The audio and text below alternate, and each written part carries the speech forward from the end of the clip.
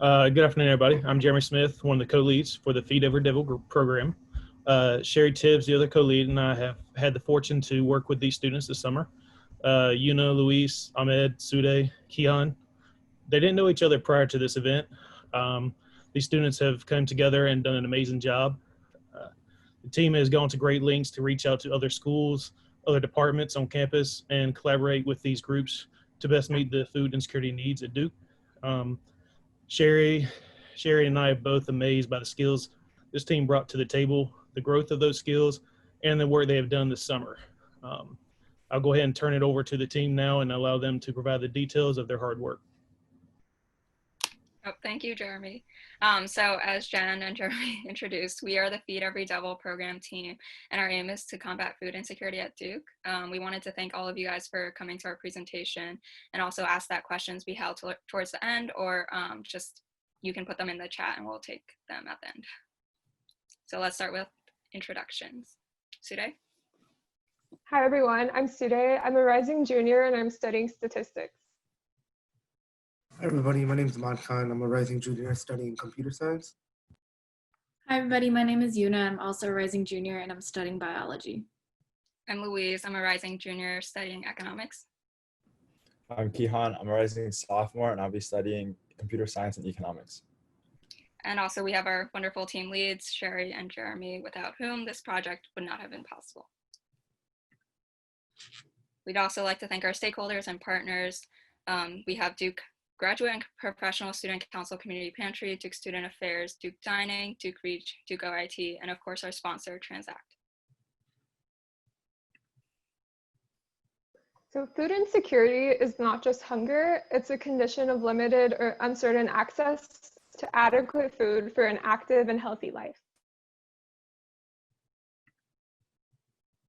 This is actually an endemic issue on college campuses. A study by Temple University in 2019 found that 42% of undergraduate students in the United States were food insecure. Many other universities and nationwide programs such as Swipe Out Hunger have already started taking steps to address this. At Duke University, fortunately, the situation is a little better.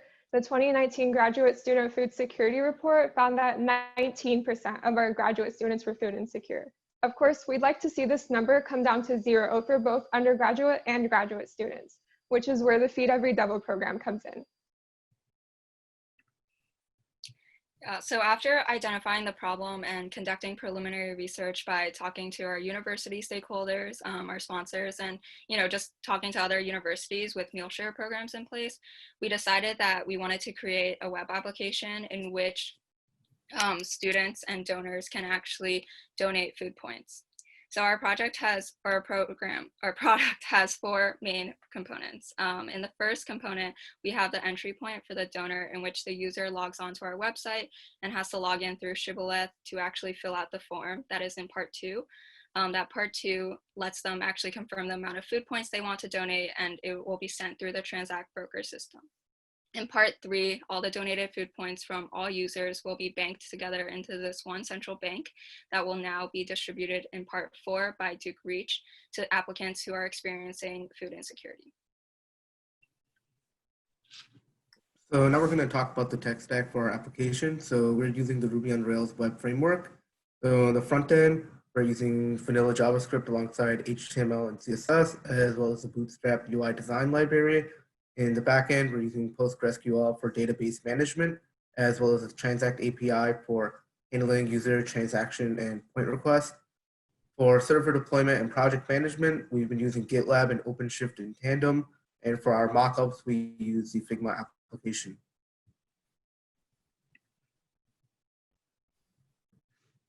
We want to demonstrate how our web application functions for donors, applicants, and administration. First, we'll go through the donor demo. Say I'm a Duke student who heard about the Feed Every Devil program on campus, but I don't really know much about it. I go to the website and decide to read the About Us page, where I can find out about the FED program, the team behind it, and the organizations it partners with. If I navigate to the Rules and Regulations page,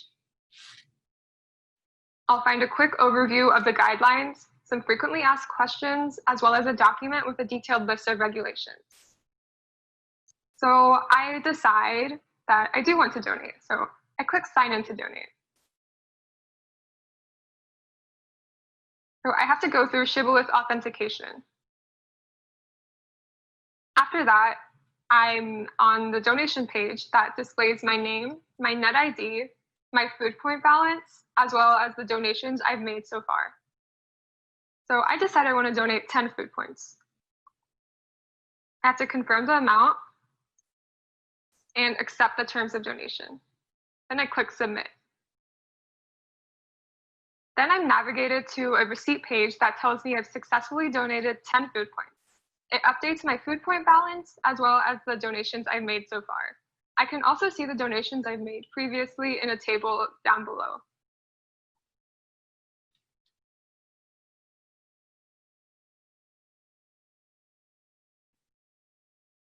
And now we're going to go through a demo of the applicant and the admin portal. So now let's say that I'm an undergraduate or graduate student who wants to apply to receive some food points from the Food Point Bank. From the homepage, I can click this button right here. And this will take me to another page with an application that the student can fill out. In the final product, we will have a Duke Shibboleth login linked to the button, which is what ultimately allows us to fetch the student's credentials and display them right here. And the application will ask the student for some basic information, such as the amount he or she wants to request, unique ID, phone number, school affiliation, and other questions that I'll go ahead and just fill out now. I'll ask the student the date he or she needs the food points by.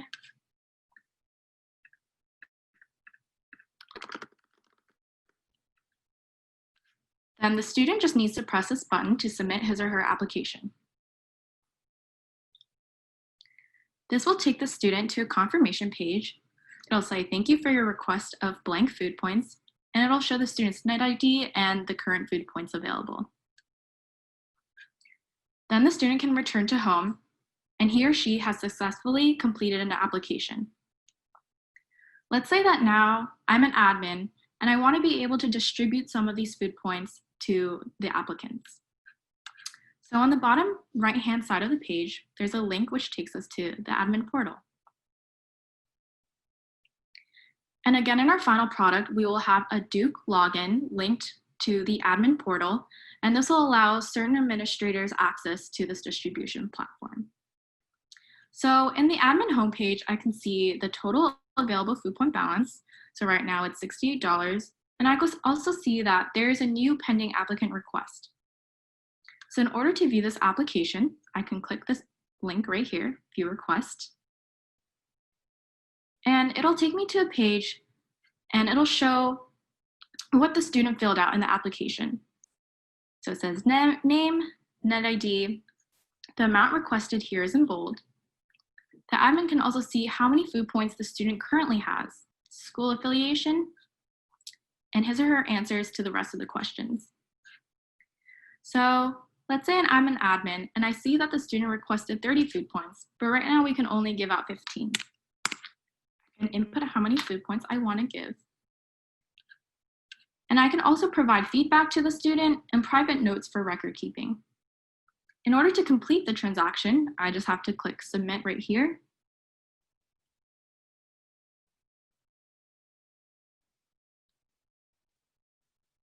And again, this will take me to a page showing that the transaction has been successful. It says student name has received a distribution of 15 food points, and it shows the updated food point bank total. It also shows the updated balance of the student's food point bank account. So then I can return to the admin home. And we can see that the student request has disappeared from this table.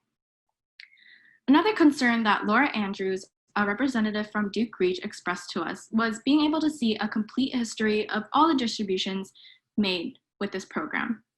So on the right-hand side here, we have distribution records.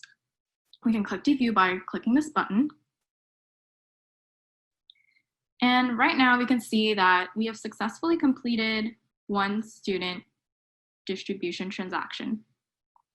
So right now we only have one, but in the future, when there are tens and hundreds of them, if an admin wanted to see a user's complete history, she can just click this link, which will take the admin to this page. Again, it still shows the total available food point donations, and it shows the user's entire history. So right now it just shows that the student has requested 30 food points once, but we only gave him or her 15 food points. And we can also see the date it was requested and the date it was fulfilled.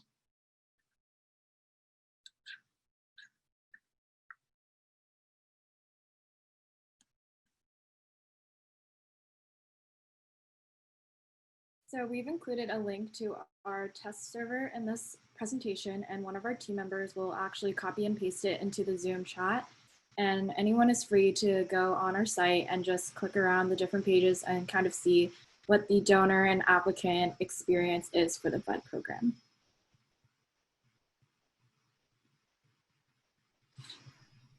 Regarding what's next, currently our web app is only a minimum viable product, and there are many goals our team wishes to accomplish before our launch. Our team is dedicated and willing to work in fall of 2020, and we hope to launch spring of 2021.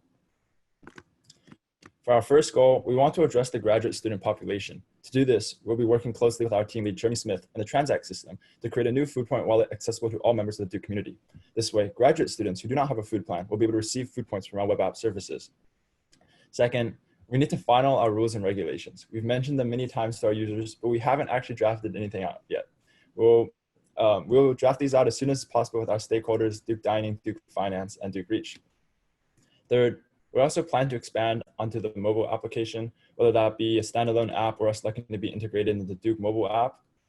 And finally, we have a plan to increase outreach across campus, which I can briefly explain now.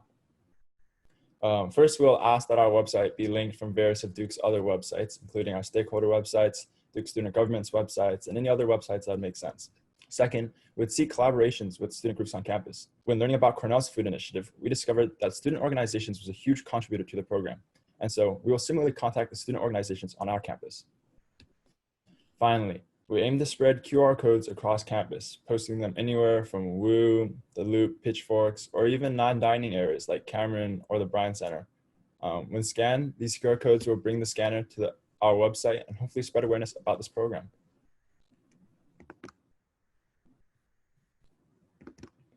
Once again, thank you guys all for attending this presentation. I want to give a huge thank you to Jen and Isabel for organizing Code Plus, and we're happy to answer any questions or concerns you guys may have.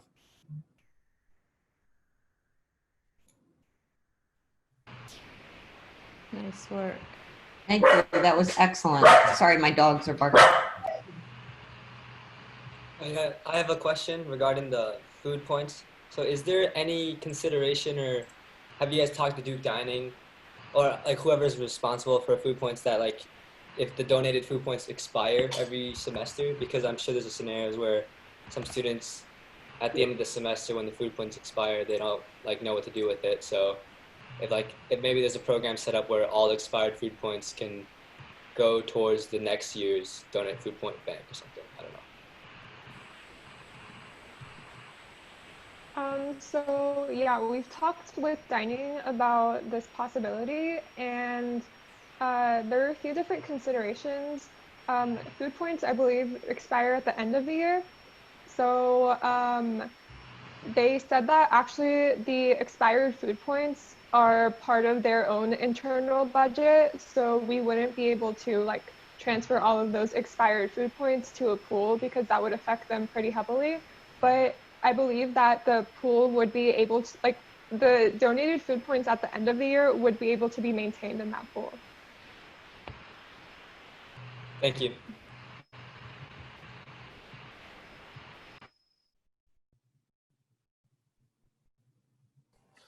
Is there any limit on the number of requests a student can make? We haven't set like a hard cap on the number of limit in which the student can request, but every student who requests food points basically does have to meet with Duke Reach and actually discuss, why they're requesting and sort of the impact of their food insecurity. So we hope that we would be able to fulfill most needs, but currently, like, we don't have a set number of like how many requests they can make. To add on to this, we recently had a call with Laura Andrews, our representative from Duke Reach, and we were discussing about like the data and recording, like how many times a student requests. And so we'll probably record that as a statistic and make that available to the admins on the admin page.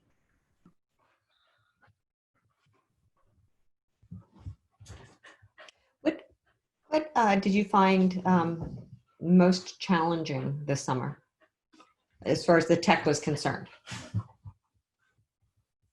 So I think one of the most challenging aspects was first, like getting the details figured out in regard to like the virtual register, like where all the food points would be going.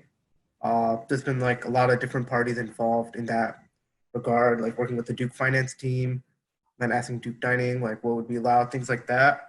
But overall, I think that we've been able to like overcome this challenge and kind of get some more solid details in regard to how we're going to handle the food points as to where they're going and who's going to be redistributing it. And that would be Duke Reach.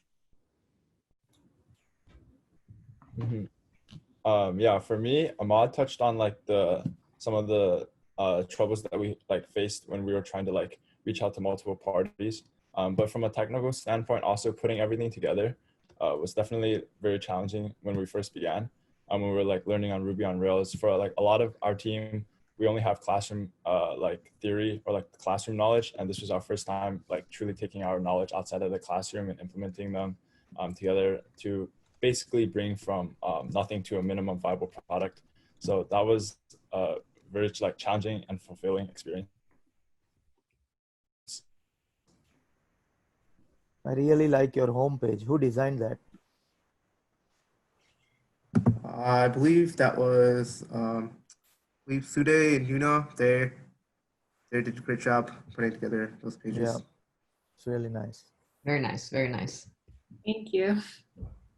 How about the aspects of collaborating online? How'd that go for you guys? I believe we handled online collaboration fairly well. I think daily stand-ups was a great way to keep team members accountable in regard to like what tasks we had, what people got done the day prior.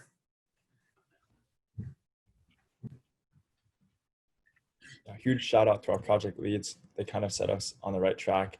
And like sometimes we would be like kind of like lazy and like be late to get on the stand up, and they would just be there and be like, hey, come on guys, like the day's began. And huge shout out to our project leads. Yeah, great. So yeah, that's what you did is you all had morning stand-ups, right? Yeah, so we had daily morning stand-ups every day. Okay. And I think some of the teams, are you all here in the US? I apologize. Mm-hmm.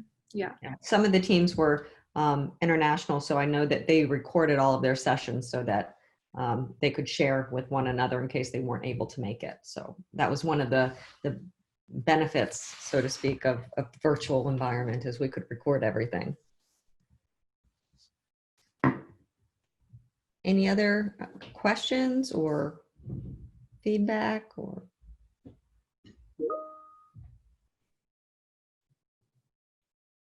This was awesome. Thank you very much.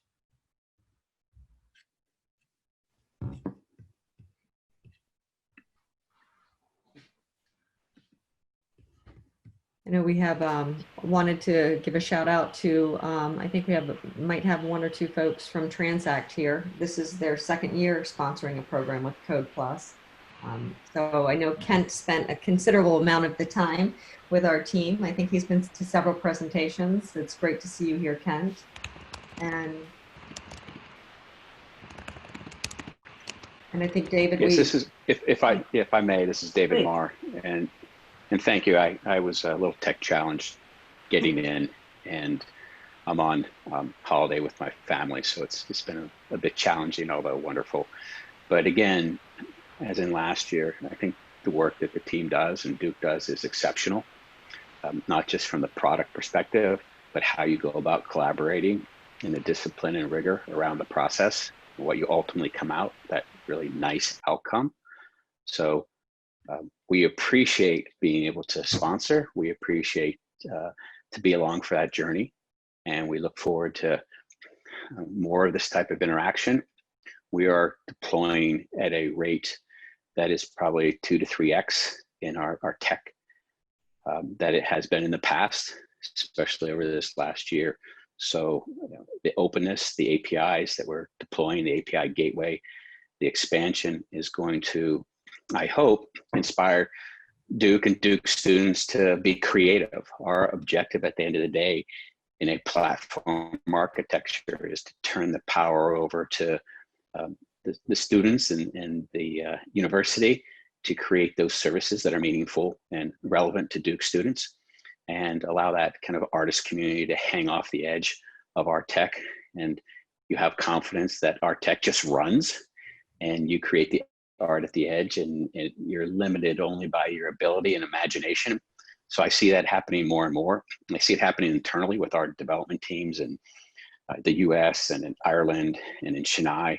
So I hope that we can continue this program moving forward and potentially tackle next year some of the more difficult projects we're looking at that make sense for you and your campus, your school. But I like the fact, and I want to kind of inject the creative mind share of students who are engaged on campus, because our opinion at the end of the day, or at least my opinion personally, is that once you're a few years out of school, you become quote unquote kind of old and out of touch. And so we want the fresh ideas, the creative ideas, and ideas that aren't encumbered by being out of school or us being so drilled into as a software provider. So I look forward to that going forward, and I will promise that the tech you have available is, and some of our tech right now is not just leading edge, it's bleeding edge. We're doing some stuff that's never been done elsewhere in the world. So if you guys can jump in and on board with that and help us be more creative, we're very excited for that going forward. So again, thank you for your time, your commitment. Thank you for demonstrating, even in a difficult world today, that you're able to come together and make a difference and make things happen. None of us asked for this, but it's here. And I think you've done an excellent job adapting. And hopefully in the near future, we can come back together as human beings and have that rich type of interaction. But what you've accomplished, being thrown a curveball, so to speak, is pretty impressive. So thank you very much. Hey, David, it's just Tracy just chiming in, thanking you for being here and taking some time with the group to see. This is one of probably a dozen really amazing programs we've had in the Code Plus program. And then there are probably 60 or 70 in the Data Plus program likewise. So unlike last year where we got to all be in a room and wander around, here we've got the virtual rooms, but we're appreciative that you were able to be here and for your help and sponsorship, and looking forward to next year and what the students might yet do with this as the year progresses. Yeah, well, thank you again, Tracy, for allowing us to be part of this, and a continued relationship with the university, doing important things and making a difference. And I will also tell you that I was in some other rooms and sessions, and it was fun. And I do look forward to next year where we can be physically present and I can go around and look at different sessions, but it's been pretty effective. So I appreciate the ability to join and see the other good work that other students are doing. So have a wonderful weekend, and I do appreciate your time. Thanks so much, David. Thank you very much. All right, till next year, let's figure out what we'll do. Thank you. Excellent words to end on. Bye-bye. But thank you all. And and the students, I'm so, just one last thing, so disappointed I haven't been able to meet you personally. And so when we get back to school ultimately, and I really hope that ultimately we're back on campus, if it can be arranged, I'd really like to come in and maybe have lunch with you all or just meet with you all and thank you in person. We hope at some point to be able to have some form of a celebration on campus when we're permitted. We would love to have you come and join us and to meet with this team.